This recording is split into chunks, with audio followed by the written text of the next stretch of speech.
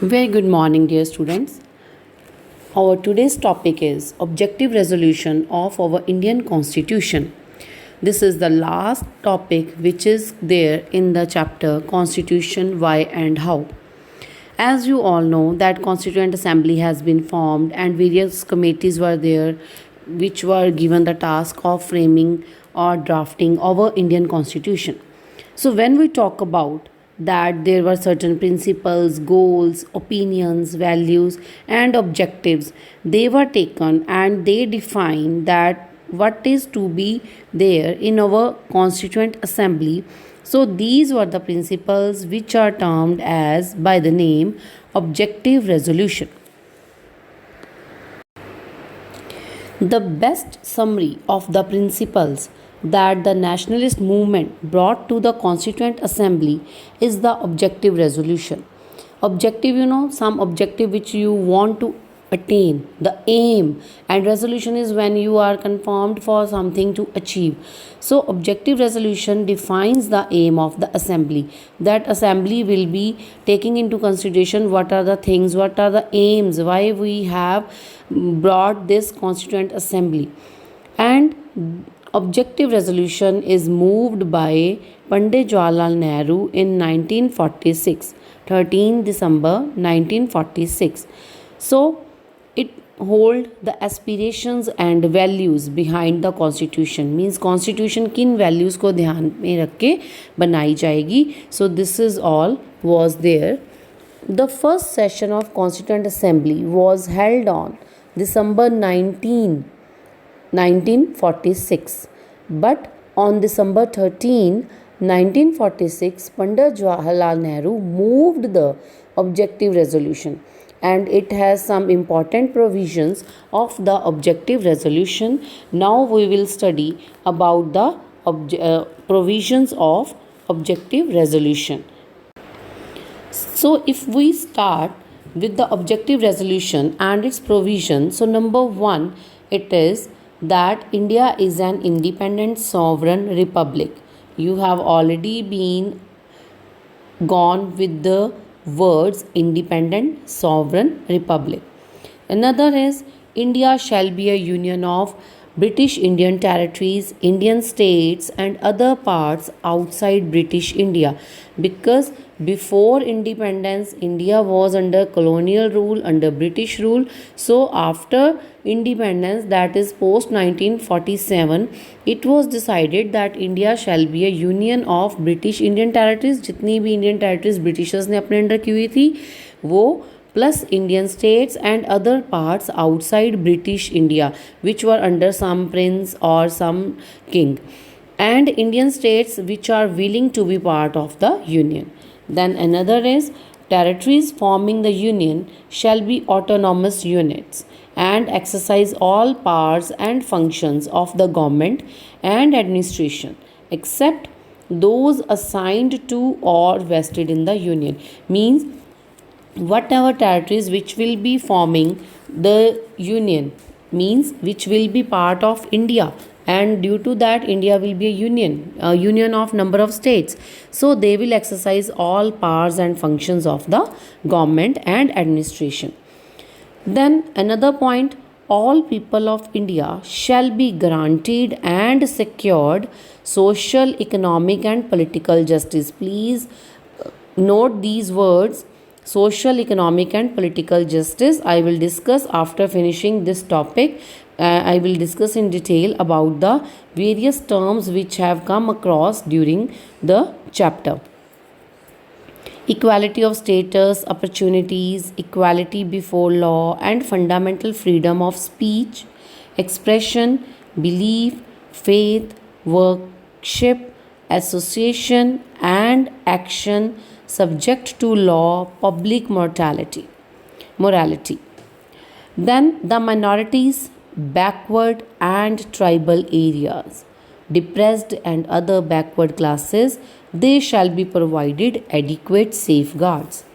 The land would make full and willing contribution to the promotion of world peace and welfare of the mankind, means welfare of the mankind would be the main objective. Then the another point in the objective resolution, the other provision, It is all powers and authority of sovereign and independent India. Sovereign India कौन सा है, independent India कौन सा, I will explain once again, but all these terms have been already explained in the previous video related to this chapter.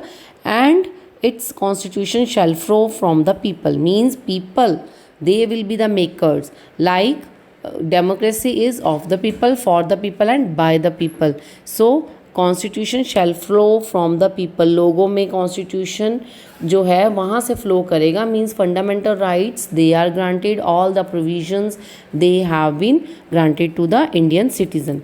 The territorial integrity of the republic and its sovereign rights on land, sea and air shall be maintained according to justice and law of civilized nation.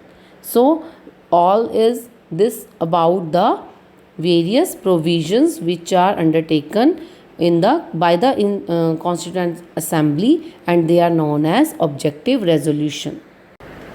Some important terms which we have come across for better understanding.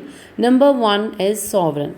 Sovereign means supreme or independent, means that India is internally and externally sovereign, externally free from the control of any foreign power, and internally it has a free government which is directly elected by the people and makes law that govern the people. Means now India is not under any external power, any external rule, and India is free to decide its internal and external affairs. That is what the meaning of sovereign means, independent without any external control by the any foreign power. Another important term which we come across is socialist. The word socialist was added to the preamble by the 42nd Amendment Act of 1976. It implies social and economic equality, means in society there will be no discrimination on the grounds of caste, color, creed, sex, religion, language of any type. Any type of social inequality will not prevail, means there will be absence of discrimination. And under social equality everyone has equal status and opportunities. Then comes economic equality. In this context means that the government will endeavor to make the distribution of wealth more equal and provide a decent standard of living for all. Means economically everyone will be given a chance that they can grow, and moreover government will make sure that there will be less gap between rich and poor, and distribution of wealth is more equal, and it provide a decent standard of living for all who are living here in India. And it further includes that there is a commitment towards the formation of a welfare state. So India has adopted a mixed economy, and the government has framed many laws to achieve the aim of social equality, such as abolition of untouchability, zamindari and Equal Wages Act and Child Labour Prohibition Act. Means there will be no child to be put as labor, and there will be no untouchability, and zamindari system will not be in prevalent. Another important term which we come across while explanation of the chapter, the word is secular. The word secular was inserted into the preamble by the 42nd Amendment Act of 1976. This is worth noting down, that word secular was previously not being there. So that's why in our last lecture we have studied that India as a sovereign state, democratic, and India as a republic. But secular word has been inserted into the preamble by the 42nd Amendment Act of 1976. It implies equality of all religions and religious tolerance. There will be a religious tolerance, means no one can discriminate on the basis of religion. There should be a religious tolerance. When you tolerate other religions also, you tolerate their festivals, you even also enjoy their festivals, you also celebrate the festivals of the other religions which are living here in India. So India doesn't have an official state religion. This is very important to note down that what is the state religion of India? India is a secular country. India is not having an official state religion. Every person has the right to preach, practice, and propagate any religion they choose. Whatever religion you adopt, whatever religion you are born in, or whatever religion you practice, you have every right that you can preach your religion, you can practice it, you can practice its other rituals, and you can also propagate it to others also. And whatever religion you are choosing, or you can also change your religion if you want to change, so nobody can stop you. Government must not favor or discriminate against any religion. So government cannot favor any religion and cannot discriminate any other religion against any religion. And moreover, it means that all religions will be treated with equal respect. No religion will be discriminated here in India. All citizens, irrespective of their religious beliefs, are equal in the eyes of law. Be it of any religion, any citizen has a religion, whatever they adopt or whatever they preach, except that even irrespective of their religious beliefs, they are equal in the eyes of law. No religion is supreme than the constitution.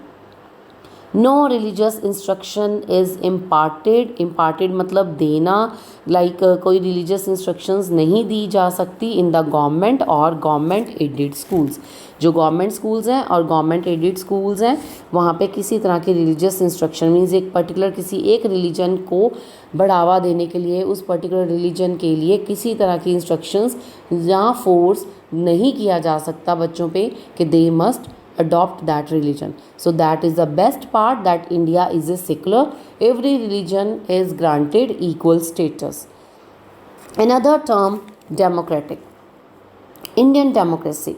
The people of India, they elect their government at all levels. Please note it down that at all levels, at local level, state level and union level. And there's a system for elections that is known as universal adult franchise. Under this, every citizen of India who is 18 years of age and above and not otherwise debarred by the law is entitled to vote. Means whosoever has attained the age of 18 years is entitled to vote. He or she can exercise the political right. Every citizen enjoys this right without any discrimination on the basis of caste, creed, color, sex, religion or education. So this is your another right which you can enjoy. This is your political right. Then comes the term republic. Republic means an as opposed to a monarchy. Monarchy means king's rule, in which head of the state is appointed on hereditary basis. I told you in the previous lecture also that in India there is a republic. India is republic, so here no hereditary ruler exists. Hereditary basis means like एक राजा है, उसका बेटा ही आगे राजा बन जाएगा, ऐसे ही एक पूरी फैमिली में से ही वो जो है किंगशिप चलती आएगी.